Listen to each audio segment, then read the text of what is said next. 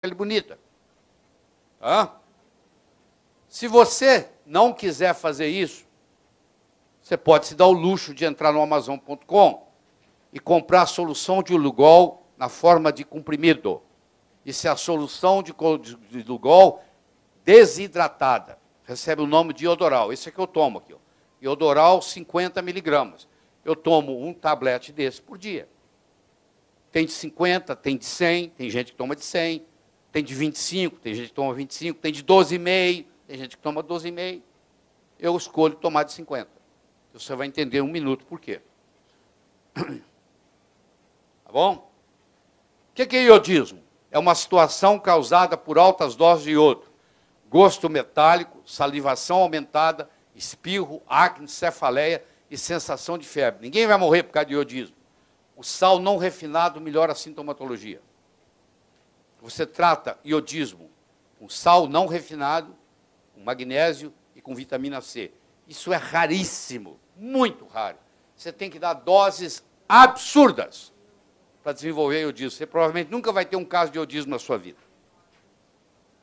A pituitária libera o TSH, Thyroid Stimulate Hormone. O TSH estimula a tiroide a produzir um hormônio, que não é hormônio, que se chama T4, que é a tiroxina. Você aprendeu na faculdade de medicina que tiroxina é hormônio. Sinto decepcioná-los. Tiroxina não é hormônio. Tiroxina é pró-hormônio. Não existe receptor no corpo para tiroxina. A tiroxina tem que virar triiotironina para ser hormônio. 50% ou mais dos pacientes que estão tomando Sintroid, que estão tomando T4, T4 não está virando T3. Anticoncepcional não deixa T4 virar T3. Bloqueador de cálcio não deixa T4 virar T3. Beta-bloqueador não deixa T4 virar T3. Cortisol elevado não deixa T4 virar T3. Estatina não deixa T4 virar T3. Então, a maioria das pessoas tomando T4, infelizmente, não está virando T3. E quando o T4 não vira T3, ele vira o hormônio da hibernação, que é o T3 reverso. E a pessoa engorda. Deixa eu introduzir o conceito de Symporter. Aqui vem por que eu acho que o Bidort não funciona aqui. Presta atenção, porque essa é a minha teoria. Eu não sei se eu estou certo, mas essa é a minha teoria para vocês que trabalham com o Bidort. Eu acho que o Bidort não funciona aqui pelo seguinte. Nós estamos com Symporters para iodo entupidos. O Symporter chama Natrium Iodine Symporter. É chamado de NIS. O NIS faz o iodeto entrar na célula junto com sódio. Infelizmente, ele hoje está entupido na maioria das vezes. Como ele está entupido, você faz o Bidort fala que você não está precisando de iodo, porque não tem onde o iodo ir, porque o Symporter está bloqueado, está quebrado. Um carro que está quebrado não precisa de gasolina. Então acusa que não precisa de iodo. Você começa a dar iodo, o Symporter começa a desentupir.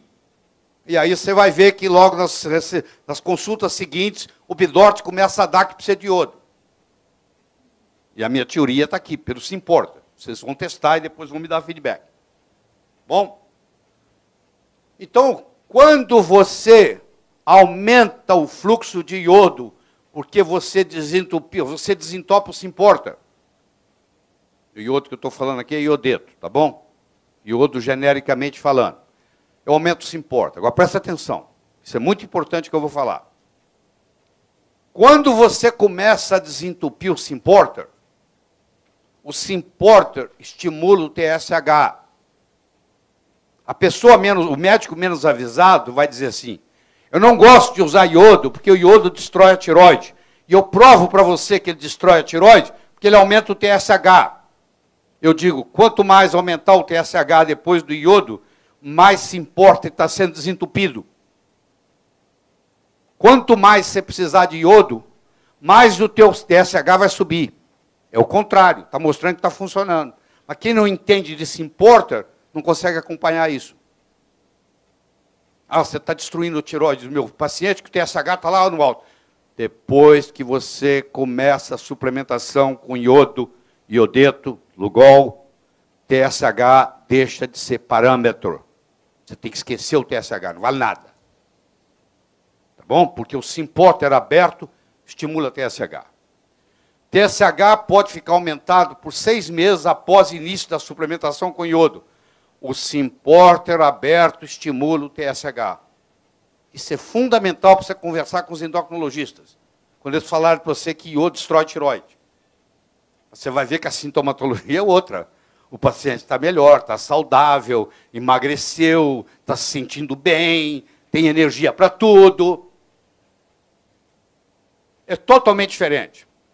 O que é um Symporter? Você tem que entender primeiro o que é um uniporter, o que é um antiporter, e aí você vai entender o que é um Symporter. O antiporter você conhece.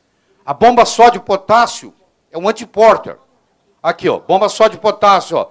Sai um, entra outro. Né? Isso, o potássio sai, o sódio entra. Isso chama antiporter. Quando você tem uma corrente iônica onde só entra um, chama uniporter. Nós estamos conversando de um Symporter. O que é um Symporter? Entra uma molécula de sódio e uma molécula de iodeto. Por isso que chama NIS. Sodium Iodine Symporter. Eu vou desentupir o NIS. Como é que eu desentupo o NIS? Com iodo. À medida que eu vou aumentando o meu gradiente de iodeto, eu vou desentupindo o Symporter. O Symporter geralmente está entupido com mercúrio. Mercúrio é um grande entupidor de Symporter. Você pega um paciente que vai para Pantanal e come jacaré a semana inteira. Come patê de jacaré no café da manhã, carne de jacaré no almoço, carne de jacaré no jantar, ele volta, você mede o TSH dele, está 30. Ele foi com TSH 2, voltou com TSH 30. Já vi casos assim. Ou vai para a Colômbia, ou vai para a Turquia, come peixe a semana inteira, volta com TSH 30. Intoxicou com mercúrio. Tá? Mercúrio entupiu, se importa. E o que você tira? Como é que você desentope um Symporter? Com iodo.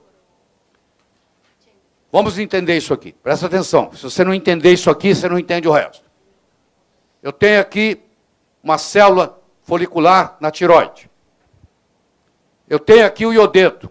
Tireoide não aceita iodo. Tireoide só aceita iodeto.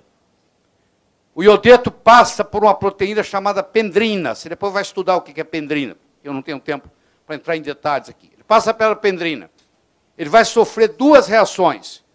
Uma delas chama-se oxidação. Isso tem que ocorrer dentro da célula folicular.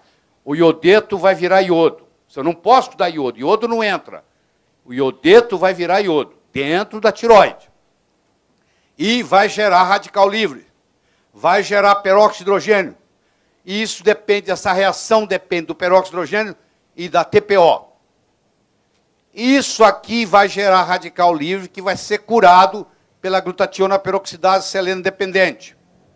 Quem tem deficiência de selênio tem problema tiroidiano, porque não consegue transformar iodeto em iodo. Essa é a primeira fase. Segunda fase, o iodo agora vai sofrer um fenômeno chamado iodação, ou organificação, que é a mesma coisa, que é facilitado pelas vitaminas B2 e B3. Eu dou B2 na 100 mg por dia e dou B3 500 mg por dia na forma de hexanicotinato de inositol para não dar flushing. Aí eu vou formar o T1, o T2, o T3 e o T4, junto com a tirosina, o iodo e a tiroglobulina, que vai armazenar isso. Dependendo da dose de iodeto que eu dei, eu vou formar um outro composto, que aí vem o truque, que se chama delta-iodolactona, que é um iodolípide anticâncer, promove a apoptose da célula cancerígena. É um agente cancerígeno apoptótico. Isso é raro ter. Uma substância que promove o suicídio da célula cancerígena. Isso é muito raro. Isso aqui vale ouro. Chama-se delta-iodolactona. Só que o delta-iodolactona só funciona se eu der 100 vezes o que o Brasil recomenda, que é o que o japonês ingere. Interessante. É o que